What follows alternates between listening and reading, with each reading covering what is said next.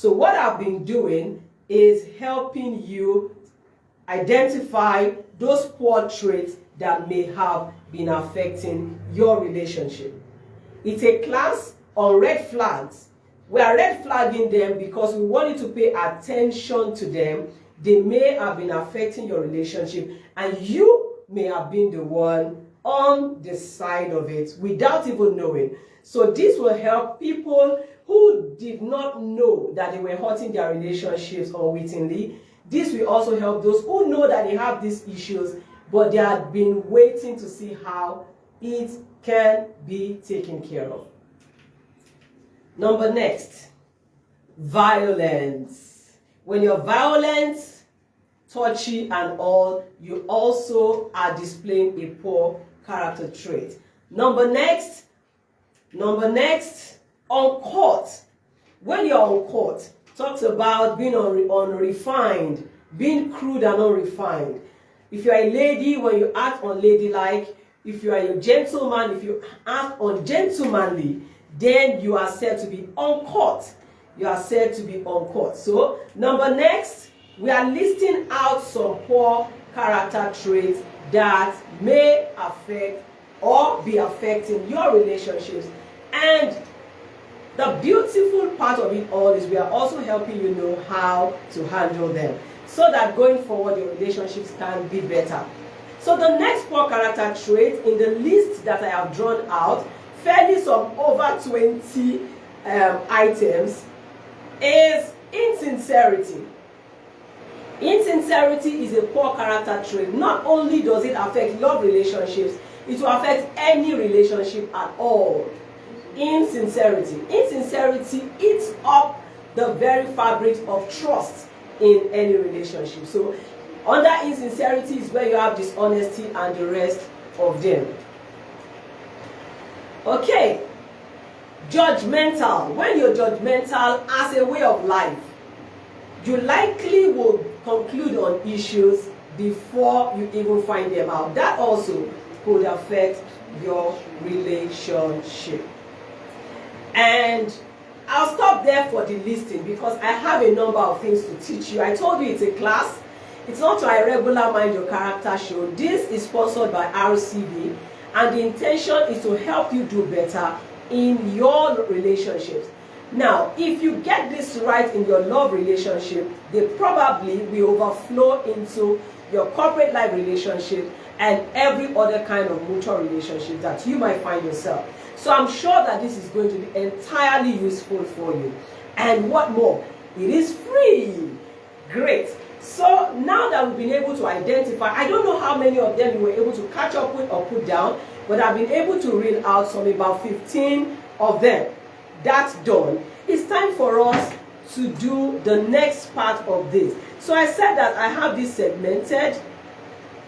I have it segmented, and the first part of this class was that I have listed poor character traits you might not know. You might not even know there are poor character traits. You might manifest them unwittingly. You are not aware. You didn't know. You didn't mean to. You know when people say, I didn't mean to hurt you. But they do it again because they did not know how to identify that thing, say less about, handle it, or manage it. So that's why this is so important. Now, I'm going to pick a few of these traits and show you how you can know if you are guilty as charged. That's still helping with your identification so that you can say, oh, I see. I never knew this was it. What are the signs that you need a redemption from any of these traits? I'll go straight into that now, quickly. And I'll begin from where I started earlier on. I'll begin from there, and I'll take just a few of them. So, how to know that I have or I am manifesting a poor character trait? Some of the ones I've mentioned. I mentioned to you unrealistic expectations. I mentioned unrealistic. How do I know that I'm being unrealistic with my expectations? A few of them. And I'll take everyday examples so that it's easy for you to see yourself in the picture should you belong to that picture. Unrealistic expectation. Number one, when you are, so these are telltale signs now. The first thing we did was to identify those traits themselves. Is that okay? Now the next thing we are doing is, how do they manifest? How can I be sure that it doesn't just look like it? I'm actually in that mode. I mean, how can I tell when I've slipped into that mode so that I can jack myself back to proper life? Is that okay? So what I'm doing now is helping you know the telltale signs of these poor character that are red flags and will definitely ground any relationship. It's just a matter of time. This is the dedication that RCB has got to your relationship, and this month, being the month of love, we have committed ourselves to train, to teach, and do talks around your relationship, your character. And so we are crowning it today with a proper class where I have the time to break things down for you, and doing that for free. If you love what you see, why don't you give some hand clap? Let me see them in the comment section. I'm too busy this morning, so you can see that I'm not throwing banters at people joining me. I hail all of you, but you see, I want to ensure that I maximize the time I have. It's a beautiful one. All right, how am I sure that I'm being unrealistic? Thank you. I can see those who are already giving me thumbs up. Awesome, thank you. Right, so unrealistic expectation, you can tell if you are guilty as charged, if you have slipped into that mode. So you might not always be there all of your life, while some people are there on a permanent basis. But when I'm sleeping, how do I know? Number one, when you are being unreasonable, when you are not being holistic with your views, so you just look at things from a narrow-minded picture. You are not rounded. You are not taking a 360-degree look at something. For instance, that is a state of mind that is capable of affecting how you give love and how you receive love. You know all this thing about language of love, love language. While I appreciate the fact that there are people's love languages that you should understand, you should also know that sometimes you could be unrealistic with your expectations. And when you're unrealistic with your expectations, you could create fracas over time in your relationship. What will a person of character do? A person of character will look at an issue from all the angles, out of a matured worldview, and be able to pitch their tent at a point that favors both ends. So I said that unrealistic expectation is one trait that affects your capacity to receive and to give love. The state of mind that is capable of affecting how you receive and give love. Let me go on. It can frustrate the life of an innocent and well-meaning spouse or partner. Yes. It can frustrate the life of a well-meaning spouse, because when your expectation is unrealistic, no matter how well-meaning your spouse or partner is, they could get frustrated over time. They really want to be everything to you, but the truth is that they are limited. But you are not coming to terms with their limitation because you are full of just one view of that. Okay, so we are looking at telltale signs. So you are being unrealistic in your expectations when you say that someone must call you 10 times in a day. You are in a relationship with a guy and you're expecting to call you 10 times in a day. And I did a video on that. You can catch up with it. So I'm not going to stay on these ones for long because we have a video produced on that fully so that you can see. I'm just doing touch and go. When you also want to be, you never want to be the first to say sorry. You are being unrealistic. And so many other things like that. When you're expecting a person to be everything to you, you are being unrealistic because they can't even be everything to themselves. And the measure of love you're able to give to others is out of what you give to yourself. So if your expectation is that someone is able to be everything to you, is your father, is your mother, is your uncle, is your auntie, is your teacher, they will have their own areas where they are also deficit. You have to be rounded in your view and not unrealistic with some of those expectations. How do I know if I'm overestimating myself? Telltale signs of overestimation of self. Don't forget, overestimation of self is another poor character trait that can ground your relationship. Overestimation of self. Overestimation of self. It's a put off for a lot of people in relationships. In fact, it's such a put off that even third parties to those kind of relationships can easily pick it. You talk about pride. You know, overestimation of self manifests as pride. And you know, people define pride according to their worldview. But if you as a person, remember I said my searchlight is on you and not on your spouse. So, if you are the one manifesting pride, you will know. When you overestimate yourself, you know. If you don't know, well, that's why you are attending this class. The next other part is saucy. People who are saucy.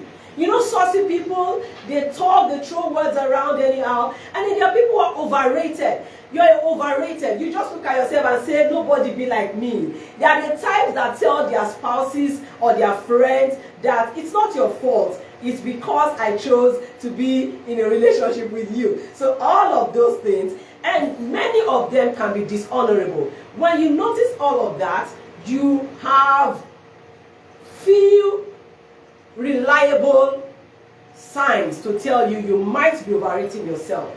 It's good to rate yourself, but overrating of self becomes unreal because the people in your life cannot relate with the value that you claim that you have. When that happens, you sure are overrating yourself.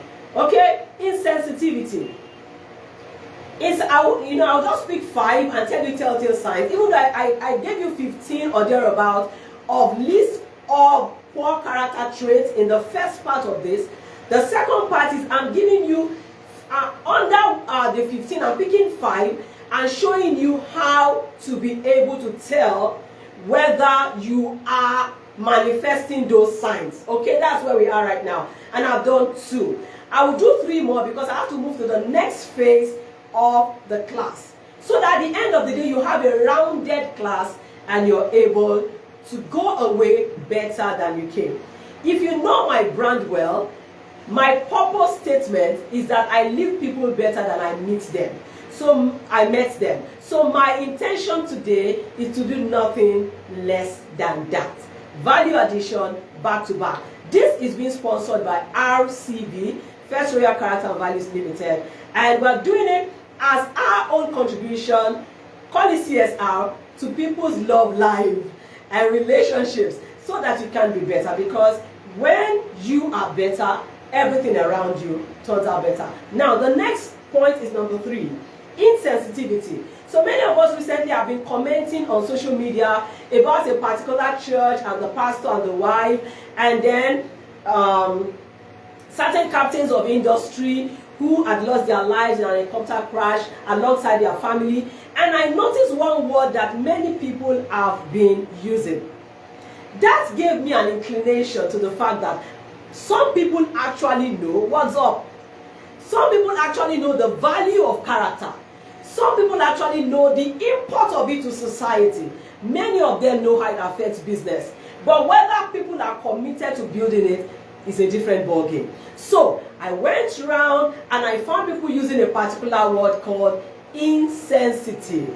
So you hear, oh, that party was being insensitive. Oh, that family was being insensitive. I mean, so insensitivity is a poor character trait like I mentioned earlier, but how do you know when you are already manifesting signs of insensitivity? Again, I have a video that has already been produced on this, so I won't stay long on it. You can check Mind Your Character YouTube channel and you will find them there and more useful things for you. And you can also help us tell people that love the good life that we're sharing to subscribe and then to engage with us on our YouTube channel as well. How do I know when I'm being insensitive? When I don't care about other people's feelings. When I don't care about other people's spaces. When I don't care about other people's preferences. When I don't care about other people's views. I am being insensitive. So insensitive people can be unnecessarily touchy. And they don't give a hoot. Okay? They can magnify issues. Alright? And like that. So insensitive people are people who do not respect other people's preferences. They are careless about other people's feelings. They are careless about what other people think about anything. Insensitive, meaning that I no feel am. I'm not sensitive to it. When you notice all of that, you are manifesting an insensitive character. And it's poor. It's poor. An insensitive person in a love relationship can suddenly become unlovable because you don't know what you can do that can cause wahala. You know, so number four, how do I know when I am on the side of poor traits? I'm going to mention 5 like I said, so I'm on number 4 in this section. And number 4, drum roll, is the other part of this. And I'm going to take my time to dwell a bit more on it. So the other part, number 5, is oversensitivity. I will come to that because I'm going to use them as case studies in the next section of this class, which is just, going to be part of this package. Oversensitivity refers to the opposite side of insensitivity. Being oversensitive means that everything jolts you. You know, oversensitive people can be very, very petty. Very petty. Every detail, nothing must pass. Anything pass, I notice it. Those are oversensitive people. Even moments when you should just allow things to slide so that peace can reign. No, an oversensitive person wants to follow through. And that can make any relationship strenuous. And sometimes some women can be oversensitive to issues, and some men can be. It's not a gender thing. But a case in point of where a man is with an oversensitive woman is where you hear something like, what have I done again now? Because just a moment ago, both of you were cool. And then the next moment, boom!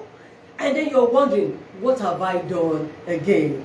What have I done again? Oversensitive people. And so it's a poor trait, and you can take care of it. May I just say here that for every character trait that is poor that I've mentioned, they can be worked on. I think that's the biggest news ever. It's what I love the most about being a character development coach or expert or teacher or trainer, whatever you want to call me, or consultant. What I love about it the most is that there's no verdict anywhere. The day you decide to dust it all up and begin to do better, that day things begin to turn 360 degrees. That's what I love the most about it. I love the fact that it is called building. And if it is building, it means that you can move from one level to another. Borrow a clue from how we build physical homes and houses. Number 5 in this section, and the final example for this section, because we have like 15. If I have to do all of that at this stand-up, we will not be able to get to the point where I'm talking to you about how to manage it. But don't worry, I'll do in-depth on 2 sections, right? Just to help us delve well into how these things shift. Because again, many of these things work like shifts and flips. I'll show you the thin line between when you are on this side and when you have, suddenly gone to the other side. So the 5th one is selfishness. Wow, I can't go. To put it in local parlance, when someone is selfish, is a poor trait. Don't be deceived. There are adults who are selfish. There are husbands who are selfish. There are wives who are selfish. There are persons who are selfish. There are colleagues who are selfish. And selfishness is very real, right? So the people in their space can tell that they are being selfish. Even though I also know that people can have their interpretation for what you're doing. But you see, that's why I'm saying that the lenses today are on you. It's not on someone else. So I expect you to be introspective. Be introspective as you're taking this class with me this morning, just so that you are able to pick the truth about you. It's about getting better after all. And that's what we are signed up to. How do I know when I'm being selfish? It is when I'm being self-centered. So there's a word called self-centered. Being self-centered is not the same as self-love. Okay, so I understand the entire phenomenon around self-love, loving yourself, affirming yourself, caring for yourself, looking out for you. Very, very important, right? So, like I said, these things are usually like, I'm going to do something on the board shortly to help you see how you could shift from one point to the other. And except you are a few other things I'm going to show you, I don't want to jump ahead of myself, then you will not even know. So what I started with is identification and getting to know when I am in something or out of it, just so that you can gradually become self-mastery inclined. Very important. In every character development class, this is so important. So selfishness is a poor trait. It can ruin your relationship. One of the ways, for instance, that women, ladies generally interpret love is care. And in care, there's giving. A wise man, Dr. David Oyedepo, had said many years ago that you can give without loving, but you cannot love without giving. So, if your love does not move you to give, if it moves you to take all of the time and keep things away from people in your space, then there's something about that love that someone needs to decode. All right, so when do I know when I'm being selfish? When you are every time being self-centered, and again, when you're being one-sided. Selfishness is not always about giving physical things. Sometimes it's being selfish about your views, about your space, about so many things. Again, selfishness can come in being imbalanced.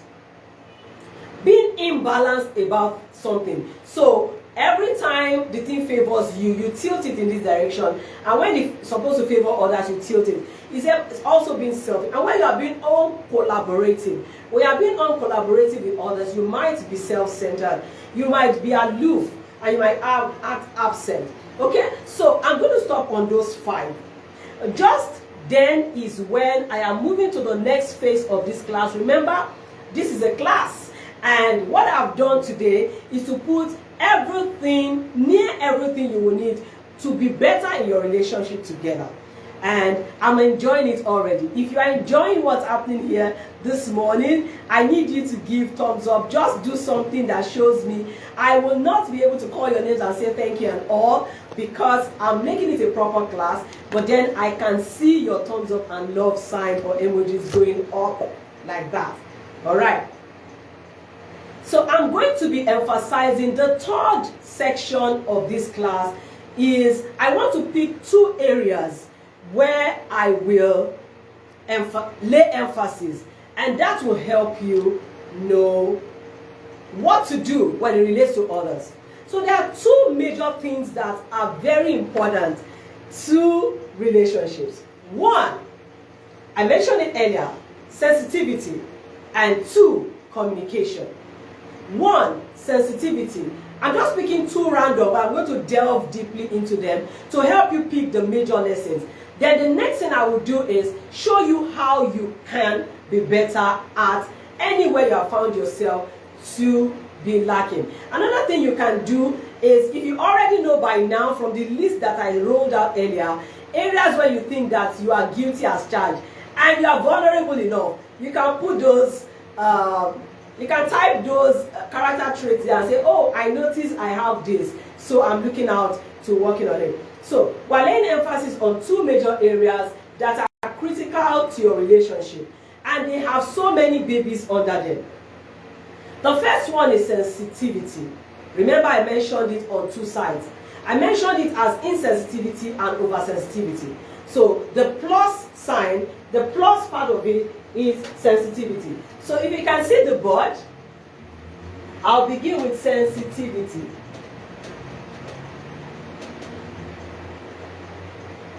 And then I'll do communication.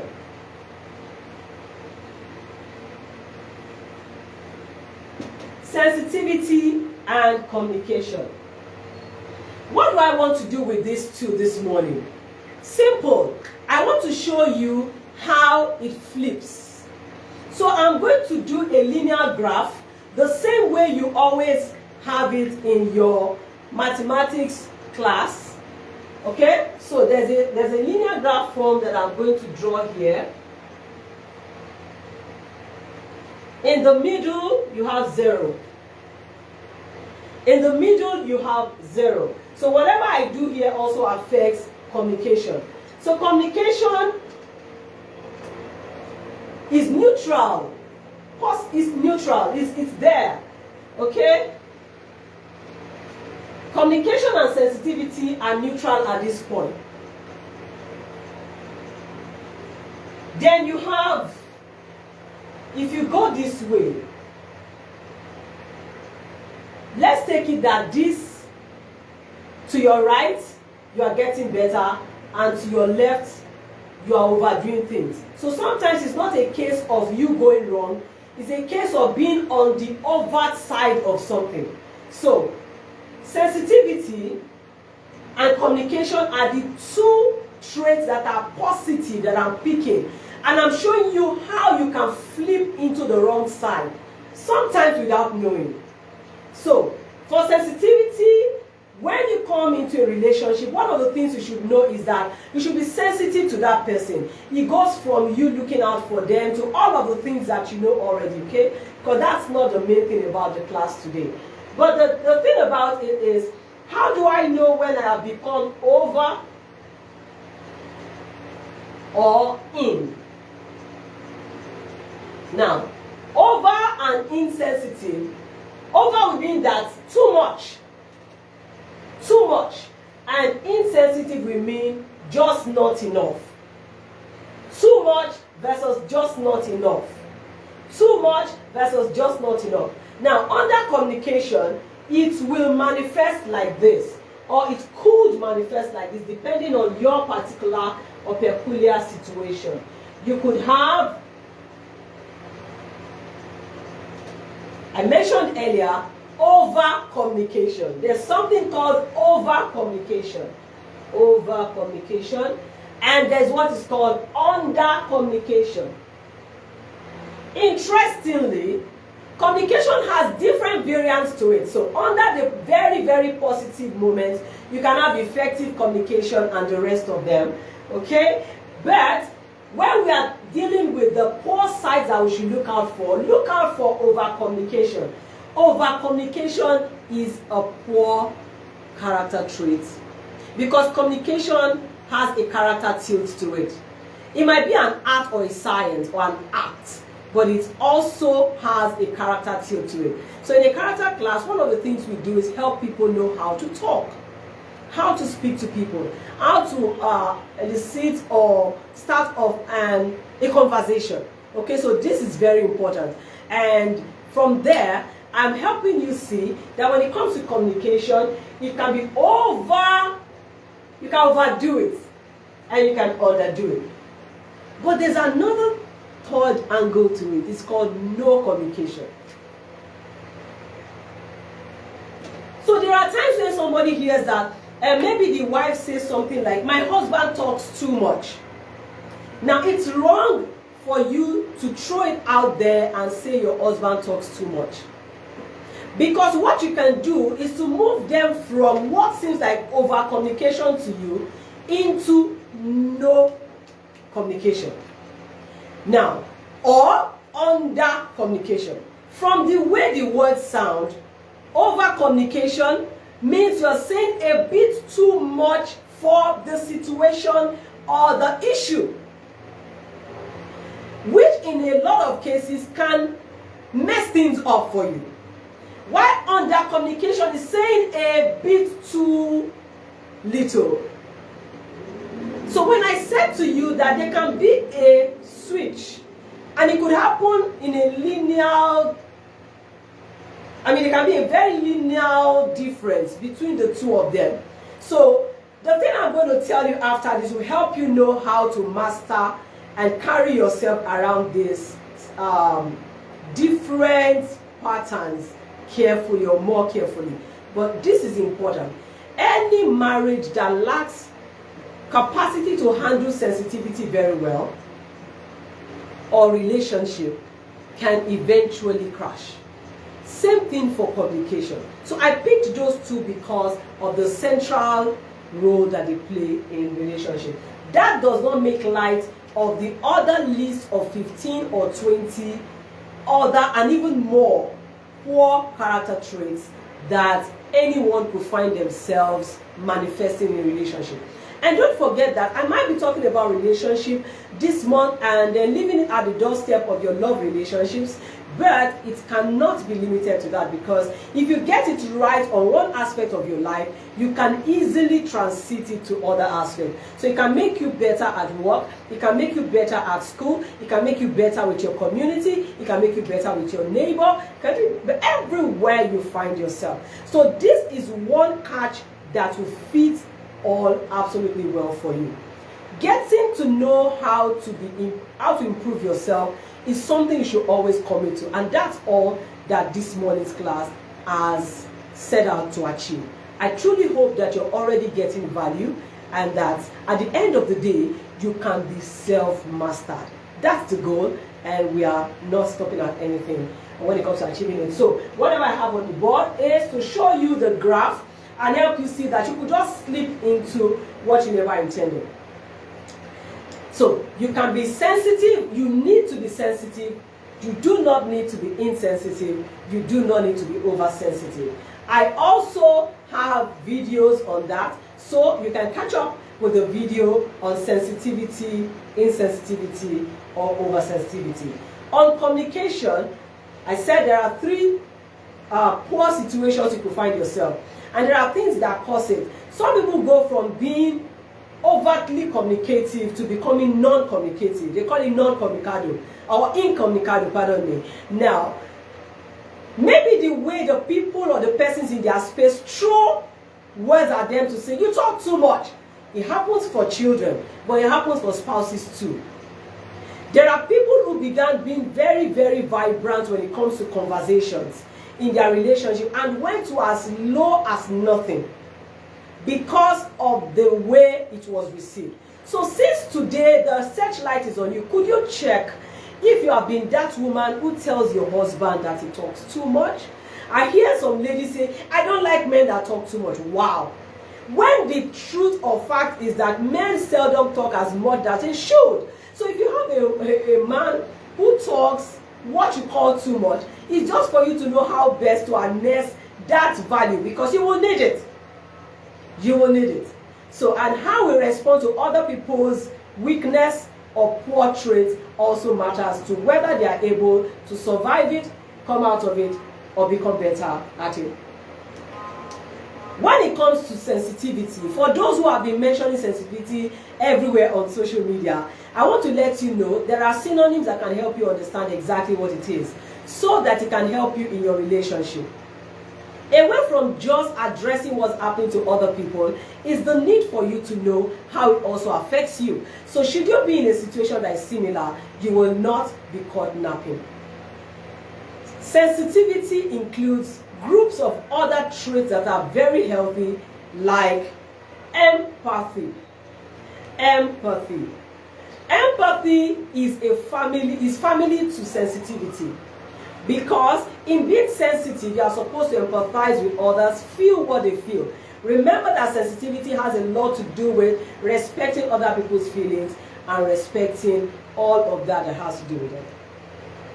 Okay? The other family in the group that helps you understand sensitivity well is humaneness.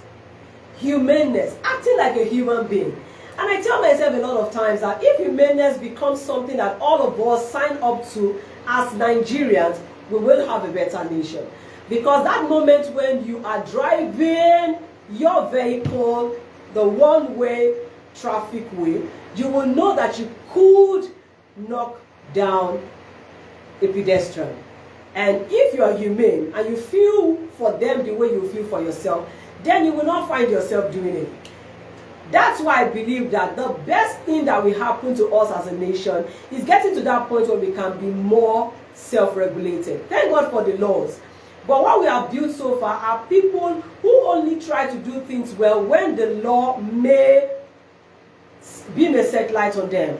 And then they throw caution to the wind when there is no where there are no lenses or set lines on them. That means that they have not owned it and they have not internalized it. They are only obeying the law for the consequences or to avoid the consequences. They have not learned to obey the law for conscience sake. It means that they do not have values that help them uphold that kind of a lifestyle.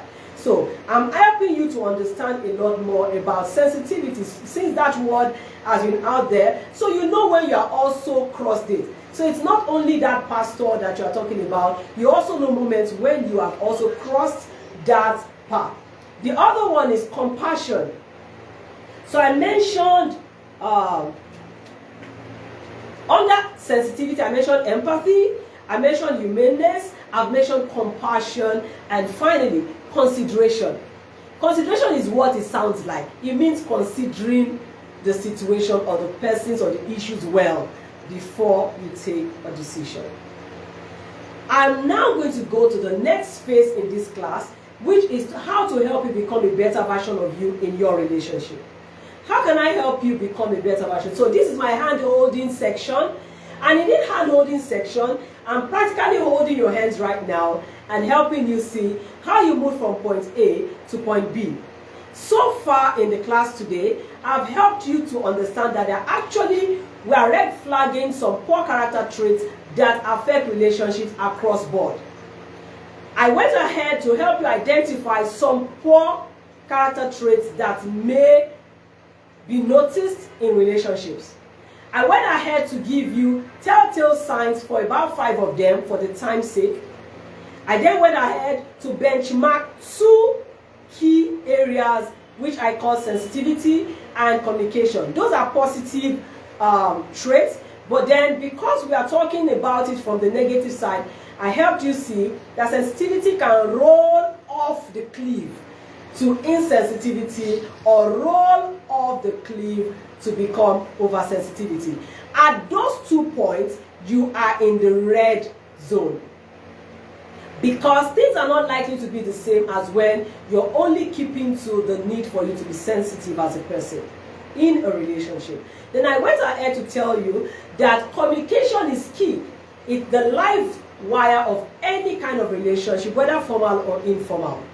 And I helped you see that from holding up all that communication is supposed to be to you, you can roll off or slightly skid off the lane into over communication. And you could do a little too low or too little in under communication. Or you could even resign yourself to fate and stay in that zone called no communication. When you are in any of those 3 zones, your relationship is at risk. So it means that you need to jolt yourself out of that zone and begin to take the right step to where you should rather be, or you would rather be. That's the point we have reached in the class today.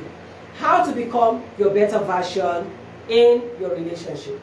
I want to believe that maybe at this point you have noticed a thing or two about you. Don't forget, this is about you. This isn't just about your spouse, because if you're able to get yourself right, you most likely will be able to help your spouse get his or herself right. How do I become my better version in a relationship? How do I ensure that poor character traits that I've noticed to be a thing with me do not rob me of the strength of the relationship I should be building? I will lead you through 5 steps, and they all begin with self.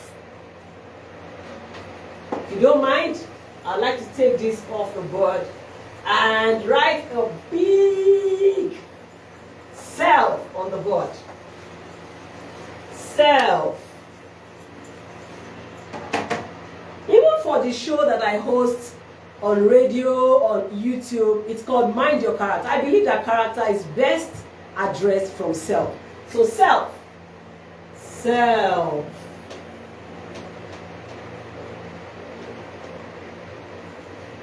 What is it about self? Self. Self. Self. I'm going to lead you to 5 self stages.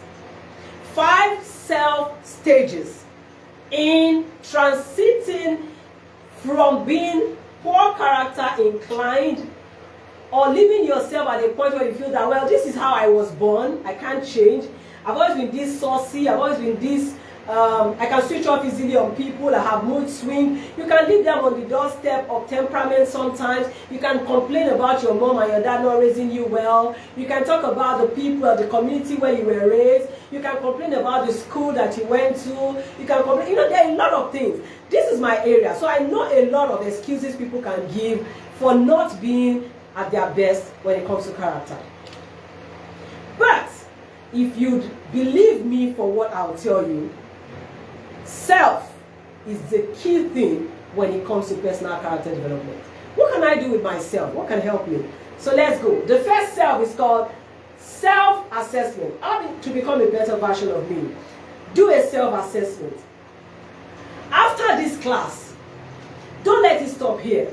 Sit down, pick a notebook or a jotter or a notepad or your iPad or whatever version of it you prefer, where you know that you usually take note of yourself. If you have a note that is about you or something that takes cognizance of things that have to do with you, that's the note that you use for this. In that note, attempt to begin to list out every or any poor trait that you have noticed about you. It's very easy. It's either that people have mentioned it to you, or people have been at the negative receiving end of it, or you have been self-minded enough you've noticed it. Put them down.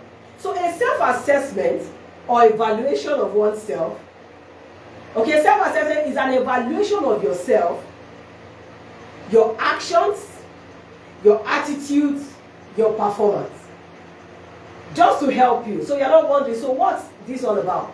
We're benchmarking it against personal character.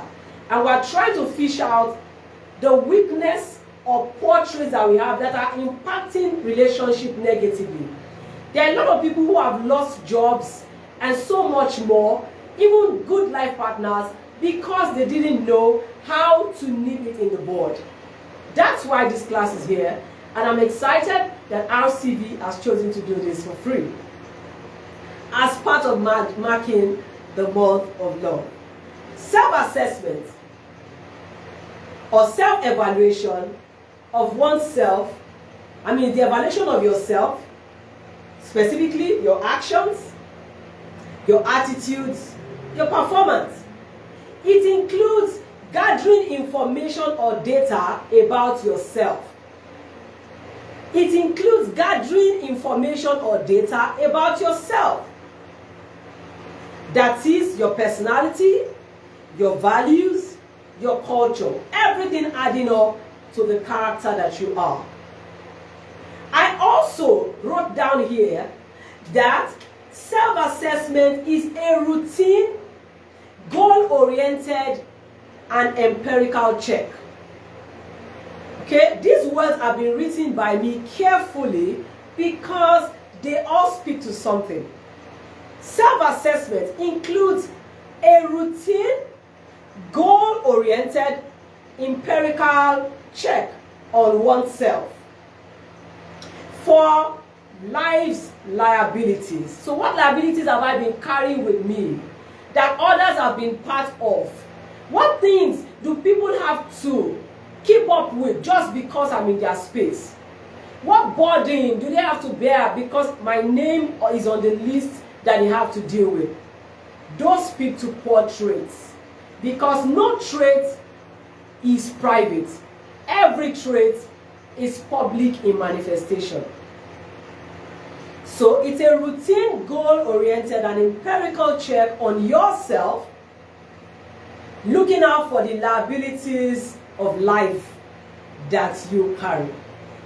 The intention is with the aim of sorting and harmonizing them to achieve a better result in life.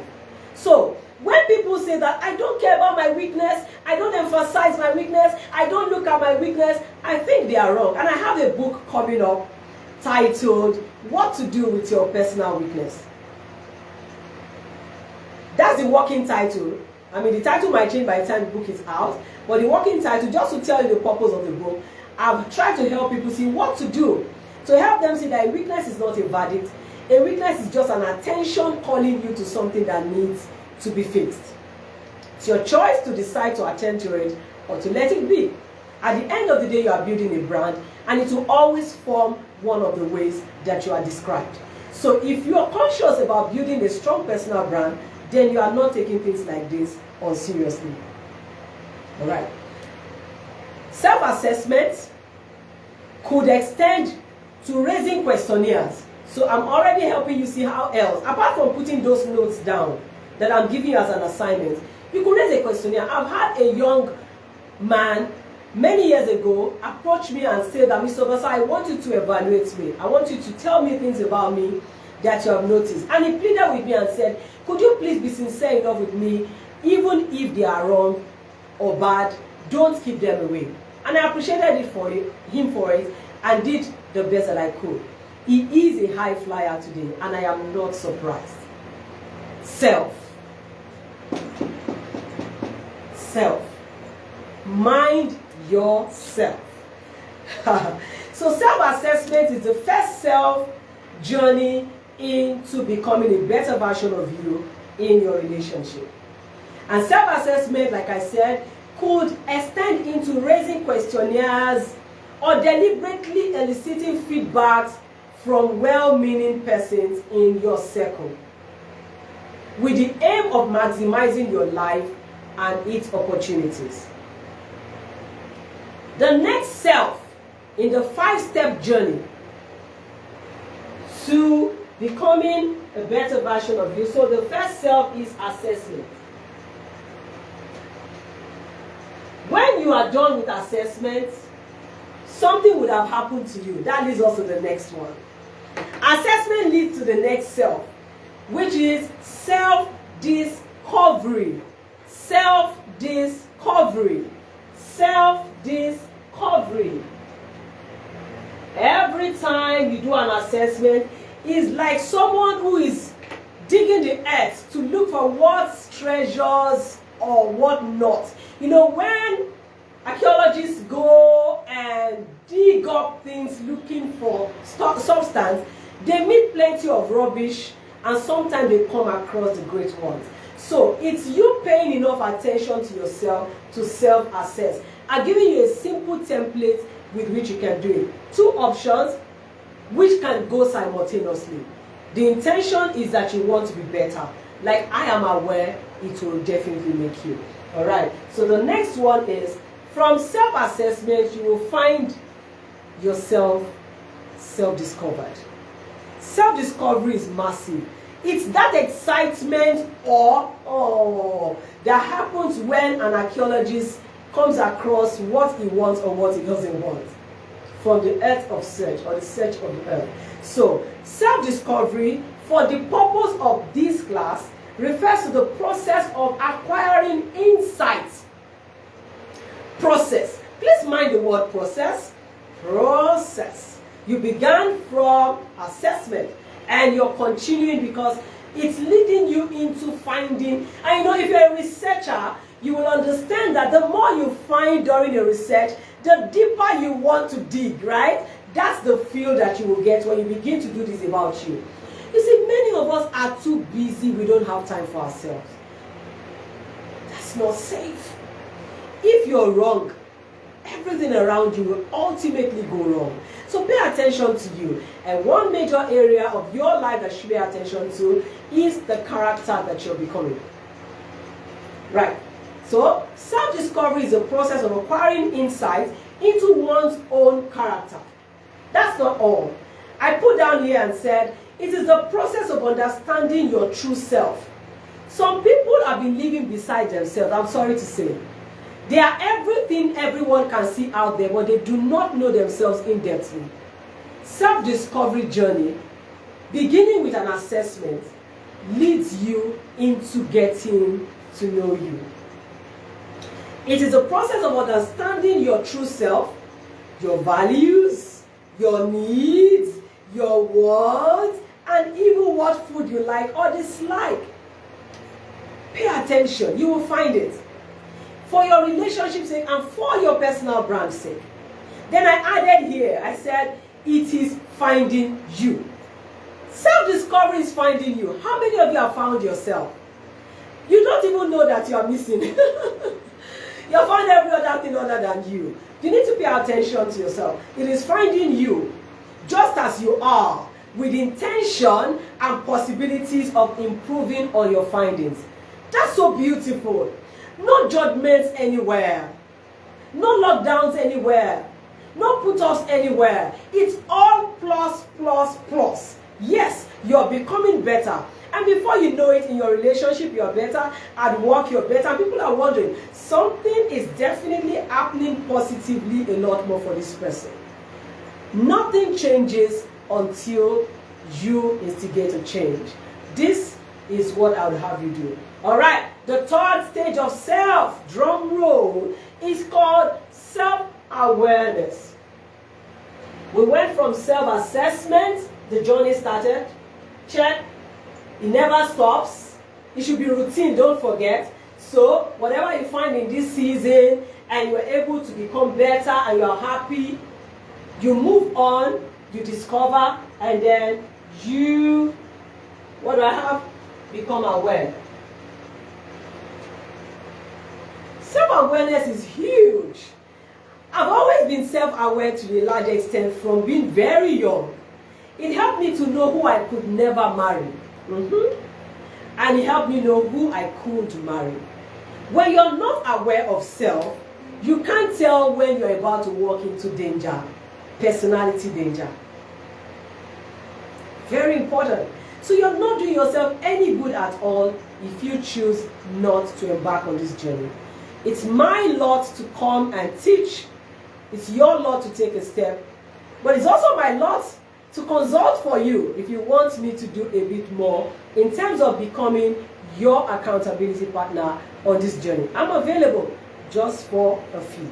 Yes. So, self-awareness is where we are at.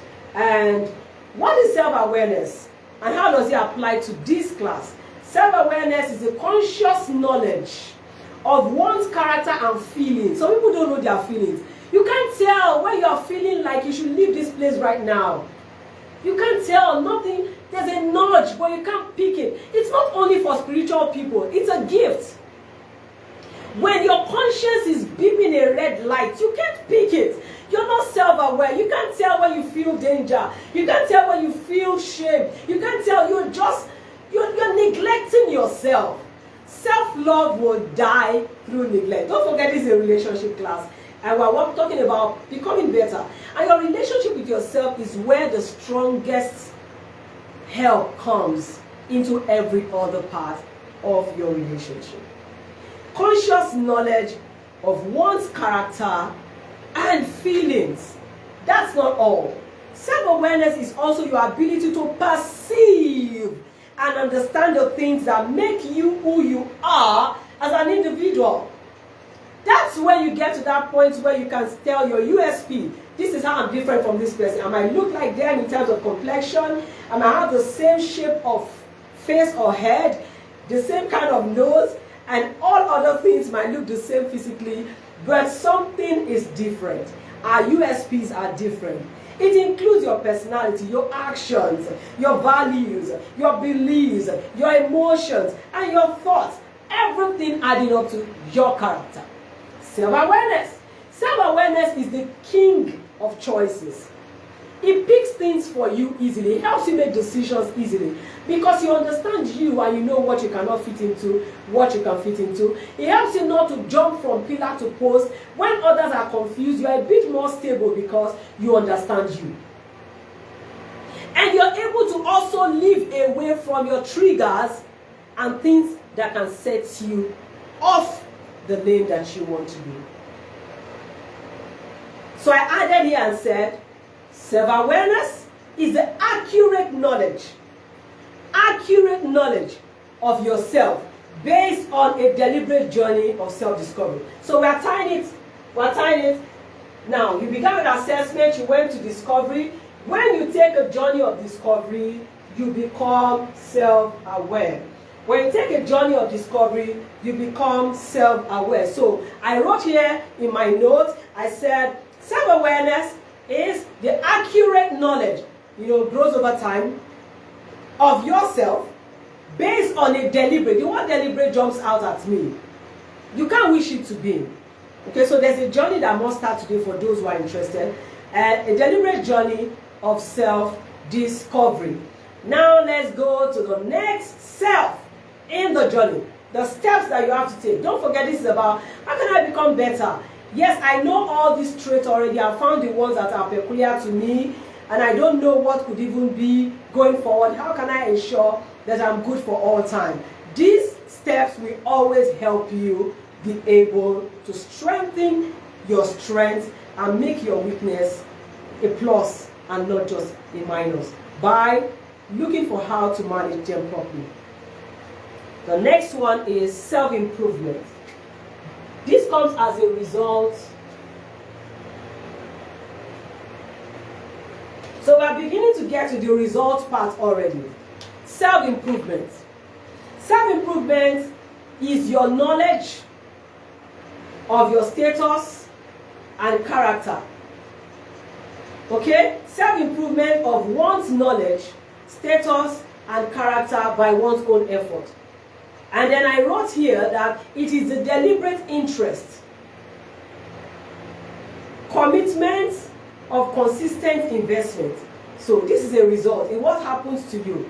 Okay, so self-improvement will show up in your knowledge getting better, your status getting better, your character getting better, but it's all by the efforts that you have chosen to make. It is deliberate interest that you take in yourself. So self-interest can come from the action point and the result point. So it is a deliberate interest that you take in yourself, commitment to consistent investment towards becoming your better version until you become the best version of yourself. It's usually with a focus on every area of your life. And then the final step in self for this morning is called, so when you go from self-assessment, you assess yourself, you will hit discoveries. When you hit discoveries, you will become aware. When you become aware, you gradually begin to improve.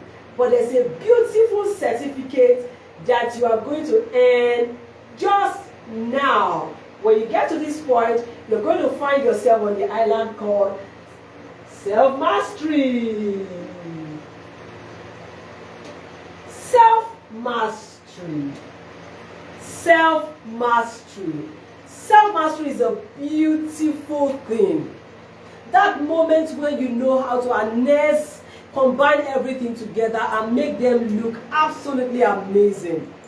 Even when they are a weakness or they are a strength, you already know how to respond to every situation that has to do with outside stimulus that interact with your life. So much, you always determine the results that comes out of it. Yes. So self-mastery is the ability to control one's own desire or impulses. We all have impulses. You know that moment when somebody is saying rubbish, you know when you see somebody saying rubbish, and then they are just there ranting and saying all that, and then you're boiling and boiling, like every natural human being should boil. Yeah, because certain things are natural, but the response may not need to be natural. If you ever make your response wait for natural instinct, most of the time, you will act beside yourself. And you will not be proud of what you would have done. So in relationships, for instance, if you live with someone who is very cantankerous as a partner, and you need to deal with this issue from your own angle, you will need to get to that self-mastery point faster. So that you don't end up throwing a slap and then they'll say, don't you know it's not gentlemanly, it's not okay to slap a woman. And you're saying, can't you see the enormity of what she's spewing out of her mouth? Well, at that point, the judgment is not favoring what she said, it is paying attention to what you did. You reacted rather than respond. So, self-mastery is a beautiful stage all of us should desire and work towards. It will not happen by just watching and letting yourself be. The ability to control one's desire or impulses, self-control, and self-discipline are family to self-mastery. Self-control and self-discipline are family to self-mastery. So when we said red flags or poor character traits in your relationship, and we're saying we're not just showing you the red flags, we are showing you how to manage it. This is the work that you have to do. Self-mastery is taking charge of yourself. Taking charge of yourself. It is managing yourself based on the knowledge of yourself towards the personal fulfillment of your life goals and impact on the world. It is managing yourself well based on the knowledge you already acquired about yourself, and your intention is towards fulfilling life goals and impacting the world. There are a lot of things that will stop you from going to where you're going if you do not understand how to master yourself at moments when those triggers show up. In self-mastery, you are definitely able to understand your triggers, stay away from them, or look for how not to even make them a thing. Finally, on self-mastery, I would like you to know that it is harnessing the good, the bad, and the ugly. Yes, everybody has got a downside. Everybody has got a blind side, or any other word you want to use. Every human alive, and that's one of the realities I was able to discuss in my upcoming book that I said is something about what to do about your personal weakness. One of the all-time truths there is that there is no person who is 100% alive. Everyone is work in progress. But you must continue to reduce the graph of your deficits and increase the graph of you appreciating in terms of becoming a better person. This is so important. So it is about you being able to harness the good, the bad, and the ugly. Guess where you would have found out about all of that? Here and here. So you would have found out the good, the bad, and the ugly when you are taking the journey of self-assessment, leading you to self-discovery, leading you to self-awareness, helping you to become self-improved until you are self-mastered. Even at that, it's not a conclusive journey. It's still progressive. So you harness the good, the bad, and the ugly about your person, and your intention is always to make a positive mark on yourself and the world. You want to be proud of the brand that you're becoming. You want to be happy and excited about how much investment you have made in you. This is a hallmark of what we do at First Royal Character and Values Limited, RCV. We believe absolutely that when you are right, everything around you will be right. You have the power to influence your world, but it is at the mercy of the quality of person that you are becoming. And no one else is so responsible for who you're becoming like you. Conclusively, I would say that you should learn to take the courage to start this journey. Make up your mind to be courageous enough. I know why a lot of people allow themselves to go wrong. They can't take the courage of seeing how bad things have become. They don't even have the fortitude to be able to look at themselves in the face and say, you goofed in this area, you need to be better. But if you must become better, you need the courage. Please take the courage to undertake this journey. Beyond it helping you become better in your relationship, it is about the pride that you owe yourself, and you should not deny yourself. Number 2, conclusively, I mentioned courage. I would encourage you to communicate. Communicate your findings. So the first one is be courageous to self-assess. The second conclusion is communicate your findings. Speak with someone who can help you do something right about what you have found. or get led from point A. You can have accountability partners. You can work with me, I can work with you as an accountability partner, as a consultant in this area of your life, as CEOs, as senior business leaders. You need to get these things checked.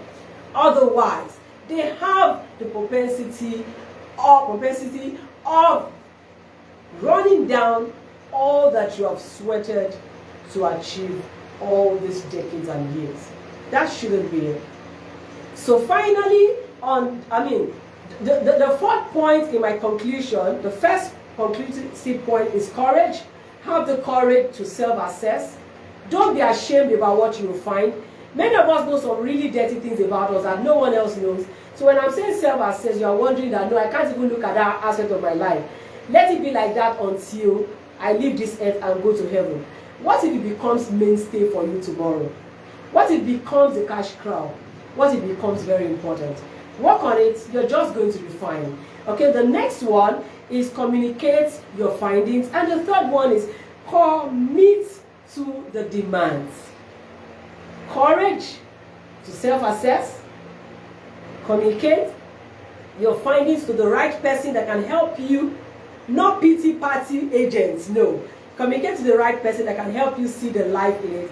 From all I've said today, you can see that this is a journey that is supposed to be plus, plus, plus for you.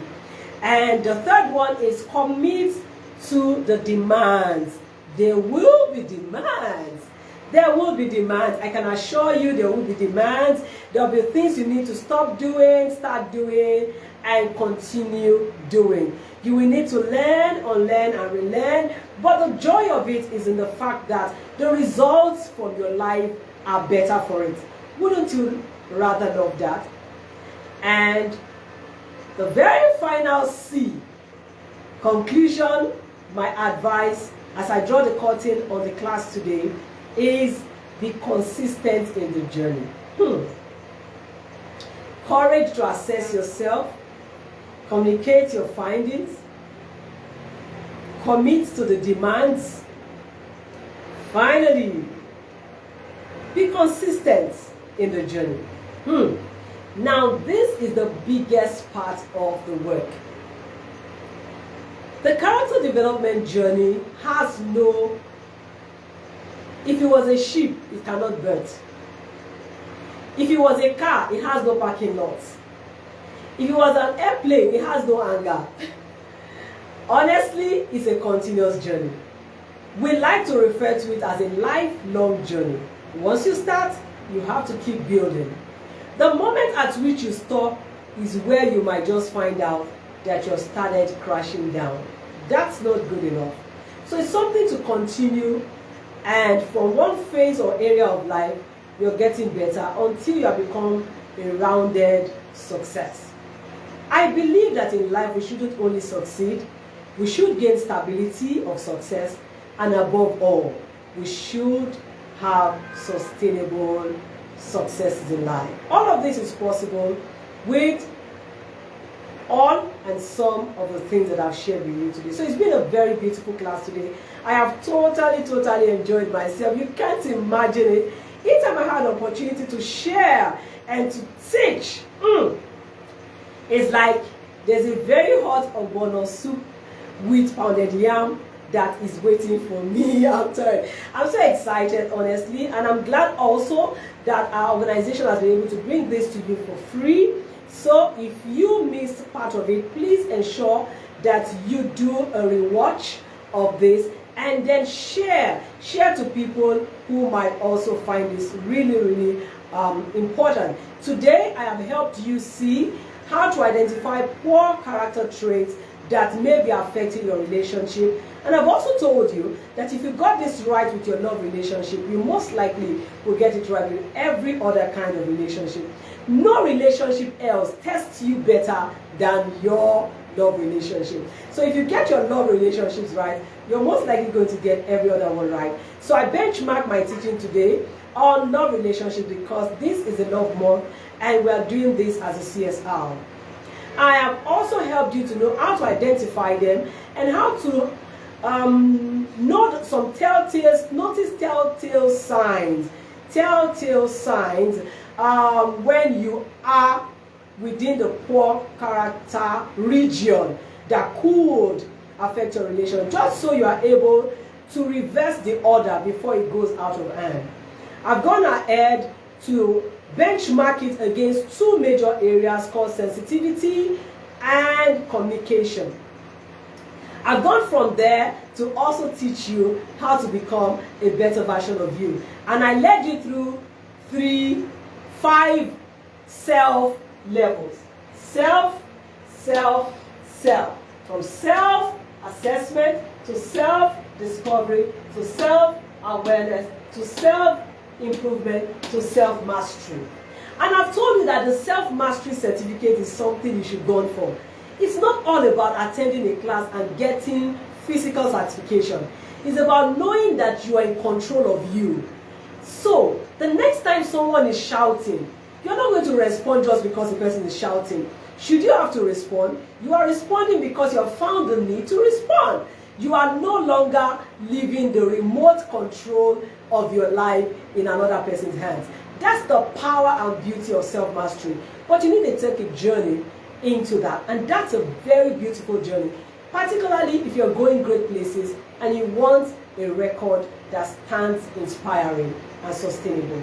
Thank you so much for being part of the class today. I have totally enjoyed myself, like I said, and it's time for me to say the goodbyes. Don't forget, take the courage to self-assess. Communicate your findings from the self-assessment. Commit yourself to the demands that you found out as a result of the journey, and be consistent in the journey. Here is a beautiful, let me add the last one, celebrate your little wins. Yes, celebrate your little wins. Every step you take at becoming better, give yourself a thumbs up and keep getting better. My name is Olusola-Obasa, and I am a character development trainer and coach. On the corporate side, I am known as a social capital developer. I help you build your social capital assets because it ranks tops among every other capital that you can ever have for your business and for your life. You want to reach me for consulting or training, please call 081-061-20819. I've written a book called The Imperatives of Sustainable Character Development. The Imperative of Sustainable Leadership Reputation. Pardon me. I love the word character development so much, I've mentioned it yet again. So the Imperatives of Sustainable Leadership Reputation. So one of my team members wants me to show it to you. Let me be sure that you can see it. This book, I got 2 reviews this week about this book, and they are very, very amazing. And there's so if you've read this book and it has been any good to your reputation building, please let me know, because it just fuels my courage to continue. We all need courage to continue after all. So thank you so much. It's been your time for this month. We'll do something like this again in the month of March, but it's going to be dedicated to women, and it's going to be explosive. Remember, that is gradually becoming a woman's month. So thank you so much, and please don't forget to follow me on Olusola-Obasa, whether on Instagram or Facebook. Please follow RCV Character on Instagram, Facebook, and then on YouTube, please visit and enjoy the beautiful things we have for you on Mind Your Character YouTube channel as well as RCV YouTube channel. Thank you so very much, and have a beautiful Saturday. Bye.